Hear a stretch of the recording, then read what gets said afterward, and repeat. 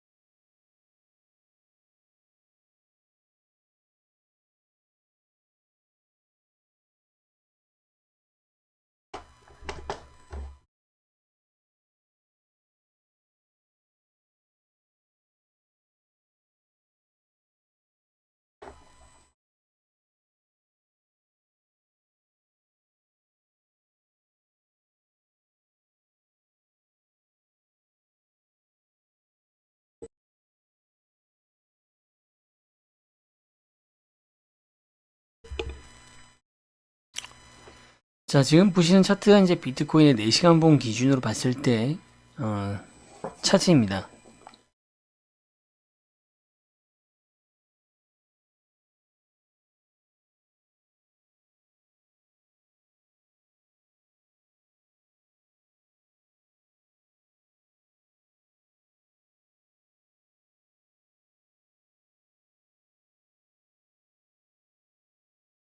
자, 원래 이 녹색 구간에서 삼각 수렴이 일봉 기준으로 계속 수렴의 결과가 모여지고 있었죠.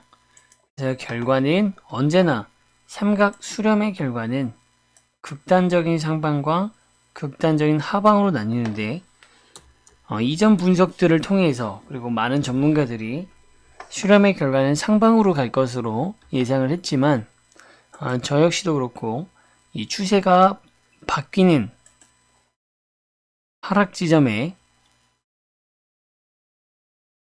결과가 발생할 것이라고는 예상을 못했습니다. 그리고 이제 떨어지더라도 차트상 임계점이 또 6,000달러까지는 미리부터 파악을 해놨지만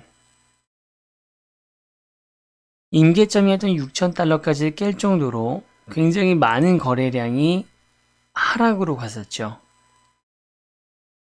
일순간 확인한 것만 해도 약 15,000개의 비트코인이 매도하는데 사용이 되었고요. 그래서 이 임계점이 터지면서 임계점은 터지면 항상 패닉이 발생하는 지점을 임계점이라고 합니다. 더 이상 물러설 수 없는 곳인데 너무나 간단하게 임계점 6,000달러가 깨지면서 당연히 일반 투자자들의 패닉도 발생하였고요. 보시다시피 추가적인 가격 하락이 발생을 했습니다. 다행스러운 것은 일단은 현재 이 방송을 진행하고 있는 시간 기준으로 봤을 때 매수세가 다시 들어오는 것은 매도 구간이 정점을 찍고 가라앉는 상황.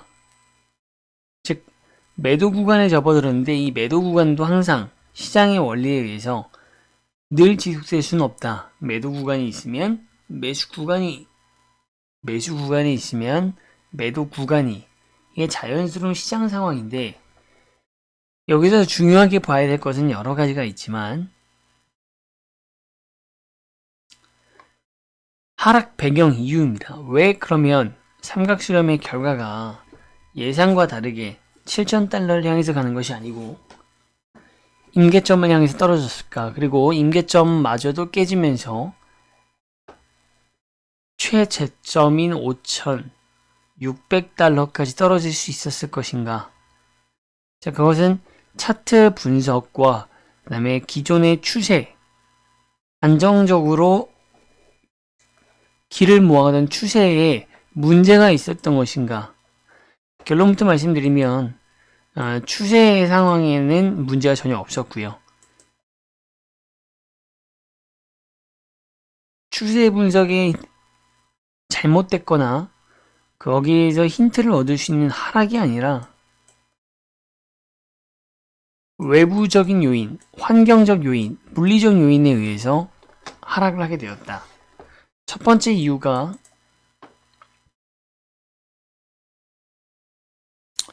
비트코인 캐시 그리고 비트코인 진영 싸움이죠. 비트코인 캐시의 하드포크를 맞이해서 제가 비트코인 캐시를 설명드릴 때 언급드렸던 비트메인사의 우지한 쪽과 반대 진영의 크레이그 간의 싸움, 해시 싸움. 그 해시 싸움이 비트코인 안에 진영 간 싸움이 되면서 결국 우지한 쪽에서 대량의 비트코인을 시위용으로, 압박용으로 해시 싸움에 있어서 이제 발생을 하였다. 두 번째, 테더에 또 이슈가 터졌죠. 테더와 USD 달러 간의 가격 갭이 발생했습니다. 원래는 테더라고 하는 것은 달러와의 가치를 1대1의 비율로 반영한 것이어야 되는데 1대1이 안 되는 비율 0.96 이런 식으로 있다 보니까 비트파이넥스 테더를 중심으로 거래가 되는 거래소에서 지금 이 문제가 발생을 하고 있었습니다. 그리고 이것이 또 운이 안 좋게 이변 이슈에 영향을 주었고요. 이 두 가지 이유가 또 마침 어제가 선물 시장이 마감되는 날이었어요. 선물 시장 마감하는 날에 이러한 변동성을 줄 수 있는 요인들이 좋은 소스가 돼서 선물 시장의 숏이 대량으로 또 반영이 되었습니다.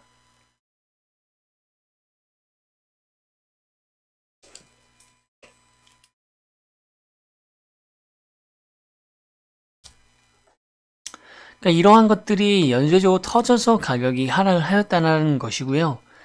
이러한 이유를 우리가 파악을 했을 때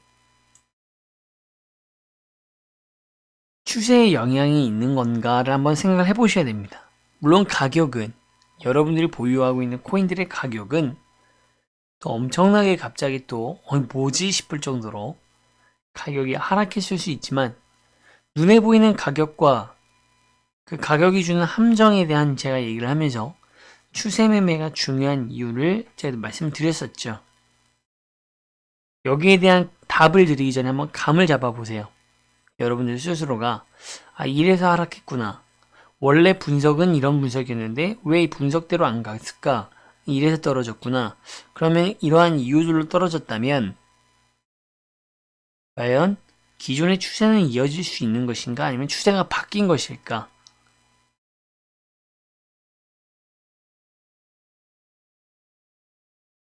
자, 여기에 대한 대답을 하기가 어렵다면 또 하나 우리가 살펴볼 것이 바로 보조지표들입니다.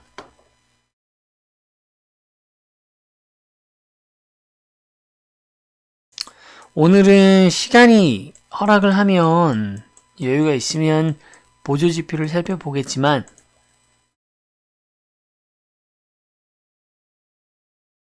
여유가 없으면 말로 대체하겠습니다. 일단 제가 핵심만 말씀을 드릴게요. 보조지표는 일단 우리가 비트코인 차트 분석을 할 때 제 방송에서 여러분들한테 몇 차례에 걸쳐서 소개드렸던 CGI, 그 다음에 시총, 프리미엄, 비트코인 도미넌스 상황 이런 것들을 의미합니다. 이런 것들을 살펴볼 때 그동안 큰 임팩트가 있는 변화점이 발생하지는 않았었죠, 사실. 근데 이번에는 좀 다릅니다. 이번에는 비트코인의 가격이 엄청 하락했음에도 불구하고 이 보조지표를 살펴봤을 때 의미 있는 것들을 발견할 수가 있는데 첫 번째, 시총은 2천억 달러가 깨졌습니다. 여러분들 직접 한번 확인해 보시면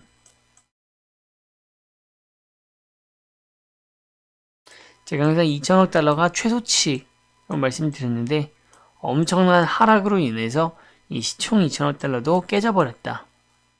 자, 근데 이것은 당연한 것이에요. 코인 전반에 걸쳐서 비트코인의 가격이 많이 떨어지고 거기에 패닉셀이 발생하면서 알트코인을 보유하고 있는 사람들도 일단은 현금화를 하자 하면서 도망가 버리니까 뱅크런 상태가 일어나면서 당연히 시총은 줄어들 수밖에 없습니다. 그래서 시총이 줄어들었다는 것이 뭐 좋다라는 뜻은 아니지만 긍정적인 것은 분명히 아닙니다. 2천억 달러가 깨졌기 때문에 좋지 못한 상황이지만 시총이 떨어졌다라는 것에 의미를 둘 필요는 없다. 왜 떨어진 이유가 이런 것이라면 자연스러운 것이죠. 어쨌든 간에 이런 요인으로 가격이 하락했고 그래서 알트코인들에까지 피해가 가니까 많은 사람들이 현금화 했겠구나. 당연히 시총은 줄어들 수밖에 없다. 자, 근데 재미난 것은 그 다음이죠.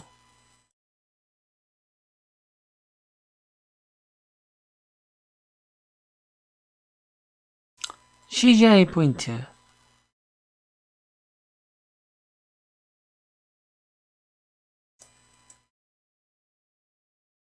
비트코인 도미넌스는 이렇게 가격이 하락했음에도 불구하고요.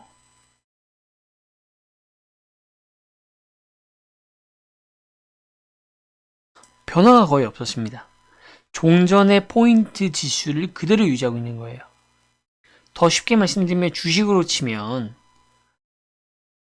우리나라의 주식들이 막 거의 다 떨어지는 거예요. 막 엄청나게. 근데 코스피 지수는 거의 안 줄었다. 이렇게 이해하시면 됩니다. 시총은 당연히 줄어드는 것이고 시총과 CGI가 원래 정비례 관계를 갖고 있기 때문에 CGI도 당연히 감소를 해야 되는데 CGI가 감소를 하지 않았다.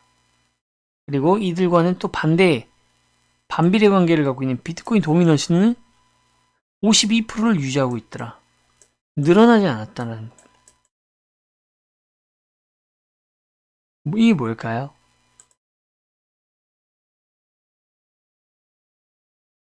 CGI가 유지가 됐다고 하는 것, 그리고 비트코인 도미넌스가 늘어나야 되는 시점인데 늘어나지 않고 유지가 되고 있다는 점들은 정말 단순하게 말하면 비트코인의 가격이 하락했다. 그냥 거기까지인 겁니다.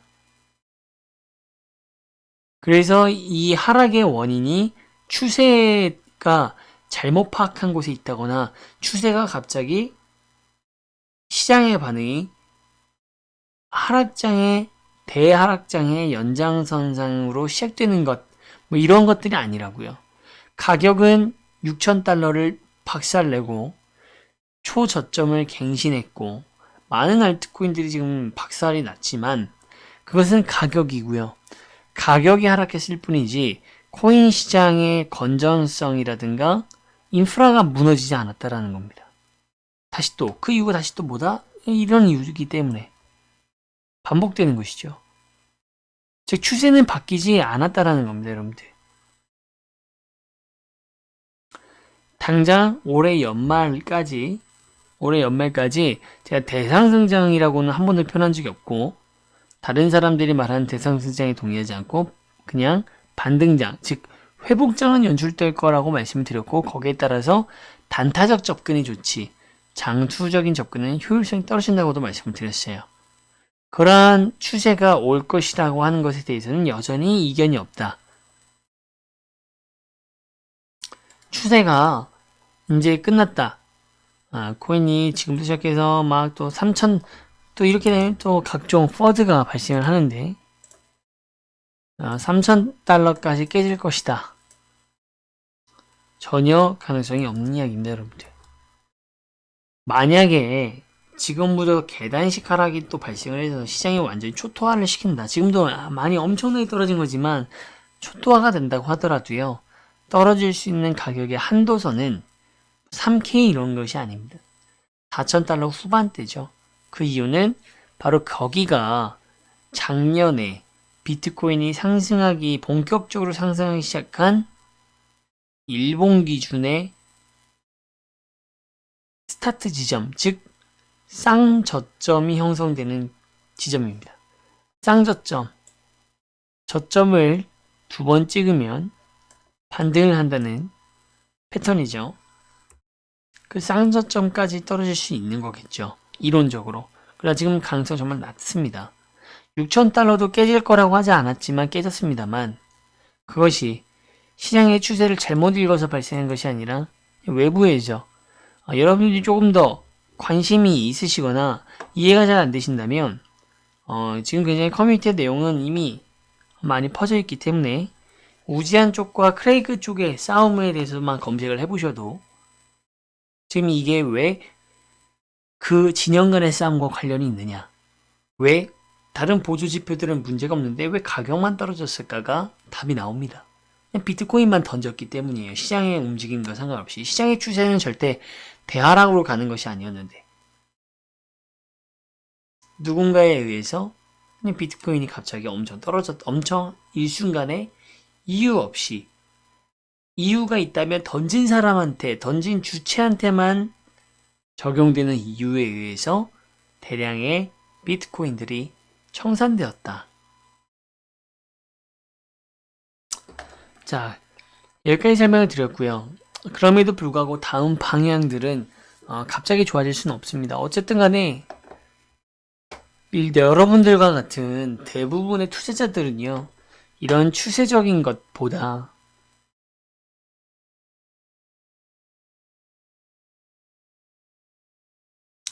가격이 더 여러분들한테 투자의 지표가 되죠. 어쨌든 가격이 너무 무서울 정도로 떨어졌기 때문에 거기에 따른 공포심리가 형성될 수밖에 없죠. 그래서 지금부터 매도 구간이 점점 마무리되면서 다시 뭔가 매수를 하는 움직임들이 툭툭 튀어나올 거예요. 그런다 하더라도 현재 시점에서는 데드캣 바운스로 끝날 확률이 큽니다. 추가적인 하락이 또 염두가 되기 때문에 굳이 지금 가격만 보고 와 엄청나게 싼 거다 그러면 추세가 바뀌지 않은 거면 비트코인 원 알트코인 사야지. 지금은 그렇게 매수를 할 시점은 아닙니다. 데드캣이 충분히 발생할 수 있는 개연성이 높기 때문에 데드캣 발생 이후에 어디까지 또 떨어질지와 어디서부터 진반등이 시작되는지까지 보고 이것이 수렴의 결과 횡보로 갈 때 그때 매수 여부를 판단해도 늦지 않는다. 지금은 좀 이르다라는 거예요. 그래서 제가 미리 이런 차트를 미리 분석해서 그려놓은 것이고요. 그 다음에 임계점이었던 6,000달러가 어쨌든 깨졌기 때문에 이 부분은 이제 안타깝게도 예전의 동료가 지금은 강력한 적군이 돼버린 상황, 즉 임계점이 아니라 저항선으로 바뀌었습니다. 6,000달러까지 가격이 올라가더라도 추가 하락에 대한 겁이 나는 분들이 알트코인과 비트코인을 이 시점에 또다시 매도할 수가 있겠죠. 즉 저항이 또 의도치 않게 또 강력하게 형성이 되면서 6,000달러를 먼저 뚫어야 되는 과제가 추가로 생겼다. 저항선으로 바뀐 상황입니다. 그리고 현재 지지선은 없습니다. 패닉셀로 인해서 어떠한 지점에도 수렴의 결과로 이어지는 지지선의 위치가 파악되지 않기 때문에 그래서 그러한 것들이 확인되기 전까지는 추가로 더 하락할 수 있는 반등하는 척하다가 빠지는 데드캣 바운스가 발생할 여지가 높아 보인다라고 해석할 수 있는 겁니다.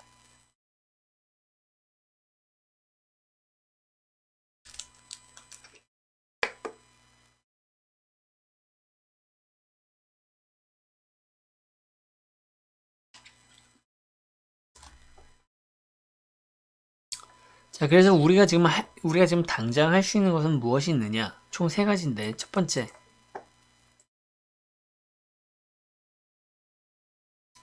비트코인을 비롯해서 원화 알트코인을 가격만 보고 가격이 주는 착시 효과, 매력적인 가격이지만 가격만 보고서 지금 추세에서는 비트코인과 원화를 매수를 해가는 것은 추천드리지 않는다. 자제하셔라.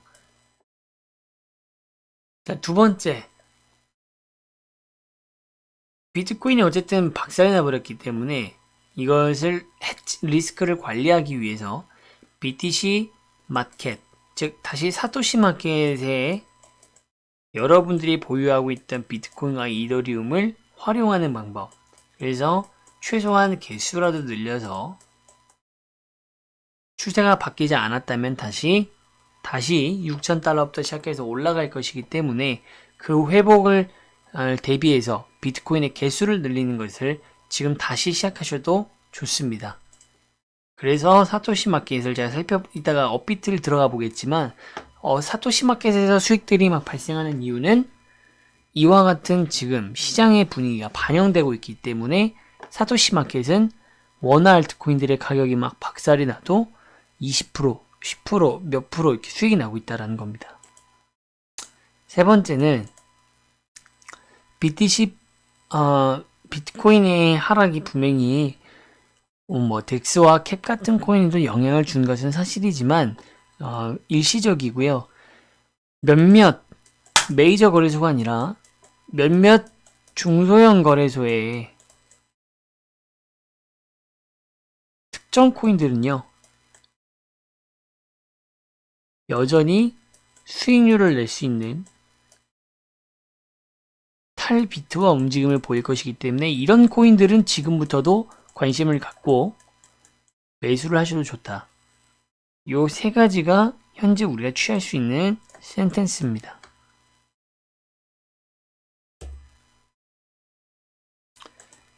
자, 그럼 업비트를 들어가서 한번 좀 더 구체적으로 한번 살펴보도록 하겠습니다.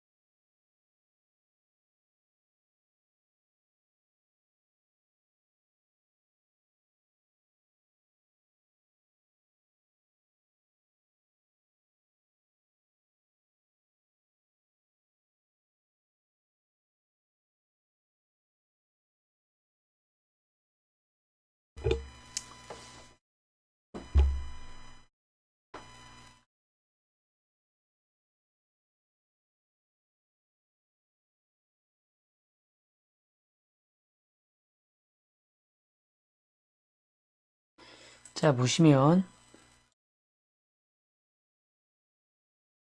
지금 이제 업비트 사이트 중에서도 지금 사토시 마켓을 살펴보고 있습니다. 사토시 마켓을 살펴보면 제가 방금 말씀드린 것처럼 시장이 정말 어려워요, 지금. 갑자기 정말 뭐 하룻밤 새에 너무 시장의 분위기가 안 좋아지고 가격이 너무 떨어져서 수익을 보던 분들도 갑자기 수익이 아니라 손해를 보고 있고, 원래 홀딩을 뭐 작년 업비트 사태 때부터 손해를 감수하고서 보유하고 있던 분들은 누적 손해율이 더 증가해버리는 정말 힘든 상황입니다. 자, 어쨌든 간에 그럼에도 불구하고 추세가 바뀐 것이 아니기 때문에 사토시 마켓을 일단 활용해서 소나기를 피할 수 있다. 보시는 것처럼 모든 코인들이, 모든 거래소의 대부분의 코인들이 박살이 나고 있는데, 사토시 마켓 같은 경우에는 좀 수익이 이렇게 발생을 하고 있습니다. 3%뭐 이런 것들은 별거 아니고 4%대부터 봤을 때 트루 USD부터 시작해서 지금 이런 식으로, 팩텀 같은 경우에는 14.93%, 이것이 여러분들이 취할 수 있는 방법 중에 하나가 된다라는 것이죠. 리플 같은 경우에도 그렇고 모든 코인들이 자체적인 코인의 악재가 아니라 외부의 이런 변수에 의해서 지금 가격이 동반하락한 것이기 때문에 더 힘든 걸 수도 있겠죠.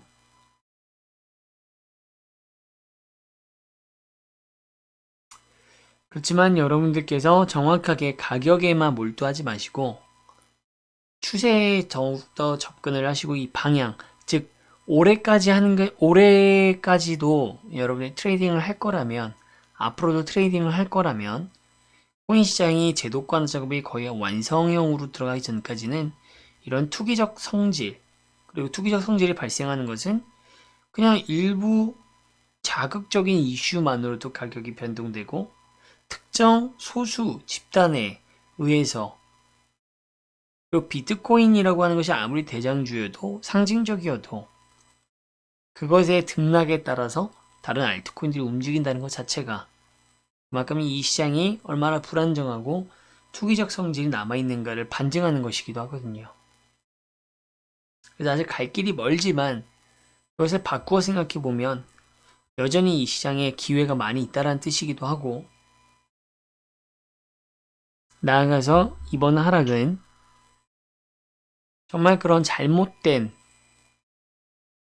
시장에 영향을 주는 요인들로만 구성이 되어 있었기 때문에 시장의 추세는 상방으로 회복한 쪽으로 계속 무게가 잡힐 겁니다. 대표적으로 이제 우리가 안 좋은 소식만 다뤘지만, 좋은 소식을 한다면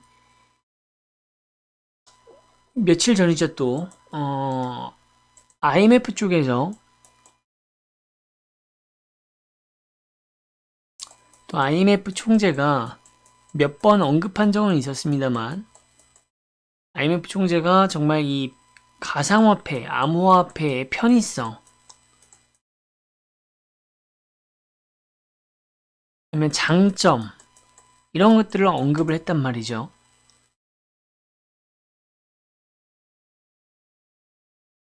그리고 12월 달에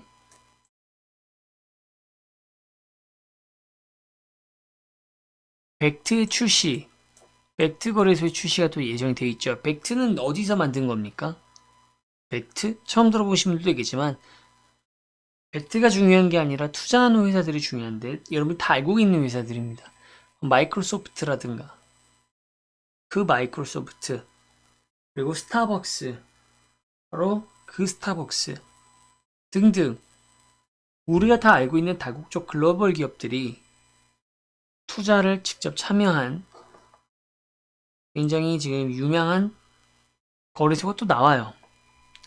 그러면 우리들은 지금 너무나 힘들죠. 손해를 보고 있고 수익이 줄어들고 있고 돈이 묶여버리기 때문에 너무 힘들지만, 우리보다 훨씬 더 자본의 규모가 크고 뛰어난 인재풀을 이용한 정보와 대응에 유능한 이런 법인들이 이 시장에 망해가고 있고 위험하다는데, 대대적인 이렇게 직접적인 투자를 통해서 거래소를 만든다? 어떻게 생각하시나요? 거기에서 대답이 나와 있는 겁니다. 거기에서 추세가 바뀐 것인지 안 바뀐 것인지 알 수가 있는 것이죠.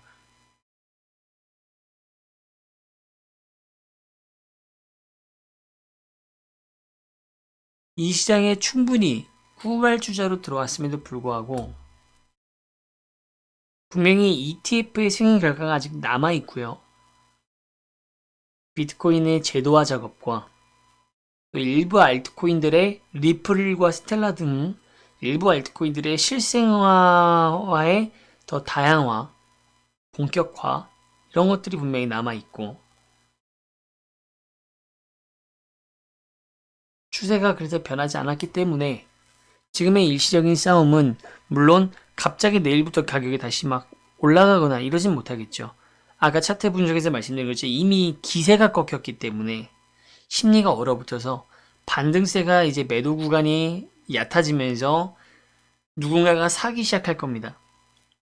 반등이 올라가겠지만 데드캣 또 한 번의 하락으로 이어질 가능성이 일단 크기 때문에 결국은 비트코인 캐시의 하드포크 결과 그리고 그 이후의 진영 싸움의 결과와 그것이 시장에 어떠한 영향을 끼치느냐 이것까지 봐야 된다는 것이죠. 그걸 봐가면서 수렴이 지지선이 어디서 형성되는 것인가를 본다면 그때부터 비트코인과 알트코인들이 다시 종전의 가격들을 찾기 위한 회복을 할 겁니다.